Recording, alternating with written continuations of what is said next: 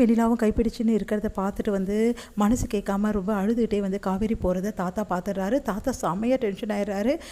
காலையில் விஜய் என்ன பண்ணுறாரு, கிளம்பிட்டு இருக்காரு. அப்போ எங்கப்பா கிளம்புற அப்படின்னா, இல்லை தாத்தா வெண்ணிலாவை ஹாஸ்பிட்டலில் கூட்டிகிட்டு போகலான்னு இருக்கேன், அப்படியே வெண்ணிலாவை ஹாஸ்பிட்டலில் விட்டுட்டு வந்துடு அப்படின்னா அதிர்ச்சி அடைகிறாரு. நீங்கள் என்ன தாத்தா சொல்கிறீங்க அப்படின்னா, வேறு என்ன சொல்கிறது, நீ பண்ணுறது கொஞ்சமாவது நல்லா இருக்கா, நீ இப்போல்லாம் கொஞ்சம் கூட சரியில்லை விஜய் அப்படின்றாரு.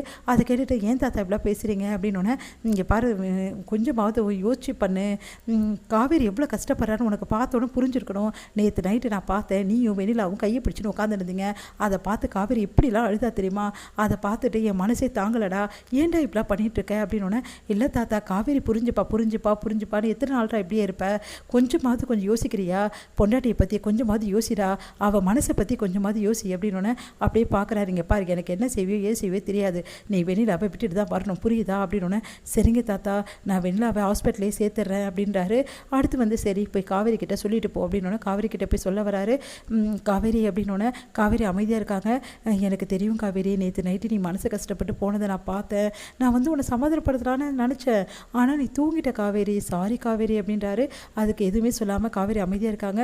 இன்னொரு விஷயம் சொல்லட்டுமா, தாத்தா ஹாஸ்பிட்டலே வெண்ணிலாவை சேர்க்க சொல்லியிருக்காரு, அதனால் ஒன்றும் பிரச்சனை இல்லை காவேரி, இனிமேட்டு வெண்ணிலாவை நான் ஹாஸ்பிட்டலில் சேர்த்துட்றேன், ஓகேவா ப்ளீஸ் காவேரி என்கிட்ட பேசு அப்படின்னோடனே அப்படியே பார்க்குறாங்க. நான் ஹாஸ்பிட்டலில் கண்டிப்பாக சேர்த்துறேன் வெண்ணிலாவை, இதுக்கப்புறம் எந்த பிரச்சனையுமே இல்லை, நம்ம 2 பேரும் நிறைய டைம் ஸ்பெண்ட் பண்ணலாம் அப்படி சொல்லிட்டு போகிறாரு. உடனே உள்ளுக்குள்ளே சந்தோஷமாக இருக்குது காவேரிக்கு.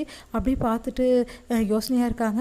அப்போ தாத்தா என்னம்மா இப்போ சந்தோஷம் தானே அப்படின்னோடனே, அதெல்லாம் ஒன்றும் இல்லை தாத்தா, வெண்ணிலா இருக்கிறது எனக்கு எந்த பிரச்சனையும் கிடையாது, ஆனால் வெண்ணிலாக்கு அவர் டைம் ரொம்ப அதிகமாக ஸ்பெண்ட் பண்ணுறாரு, என் கூட அவ்வளோ பேசக்கூட மாட்டேங்கிறார், அதுதான் எனக்கு கஷ்டமாக இருந்தது, வேறு ஒன்றும் இல்லை தாத்தா, இனிமேட்டு அந்த கவலையும் இல்லைம்மா, அதான் வெண்ணிலாவை நான் சேர்க்க சொல்கிறேன் ஹாஸ்பிட்டலில், அங்கேயே சேர்த்து ட்ரீட்மெண்ட் கொடுக்கலாம், அந்த பொண்ணு வீட்டில் வச்சு மட்டும் என்ன பிரயோஜனம், ஹாஸ்பிட்டலில் சேர்த்தாவது நல்ல ட்ரீட்மெண்ட் கொடுப்பாங்கம்மா, நீ எதையும் மனசில் போட்டு குழப்பிக்காத அப்படின்னு சொல்கிறாரு.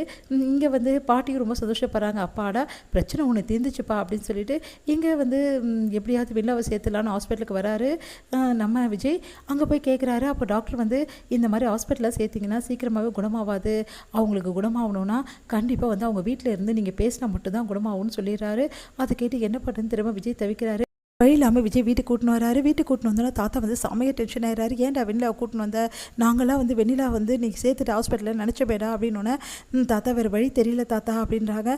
இதே நிலைமையில் காவேரி இதே மாதிரி பண்ணியிருந்தா நீ சும்மா இருப்பியாடா அப்படின்னோடனே அப்படியே விஜய் பார்க்குறாரு. இங்கே பாடுறா, நீ பண்ணுறது கொஞ்சம் கூட சரியில்லடா அப்படின்னோடனே, தாத்தா ப்ளீஸ் தாத்தா, நான் எப்படியாவது கேர்டேக்கர் வச்சு பார்த்துக்கிறேன் தாத்தா, நான் கண்டிப்பாக ரொம்ப நேரம் டைம் ஸ்பெண்ட் பண்ண மாட்டேன் தாத்தா வெண்ணிலா கூட அப்படின்னு சொல்கிறாரு. வேறு வழி இல்லாமல் தாத்தாவும் இந்த விஷயத்துக்கு ஒத்துக்கிறாரு.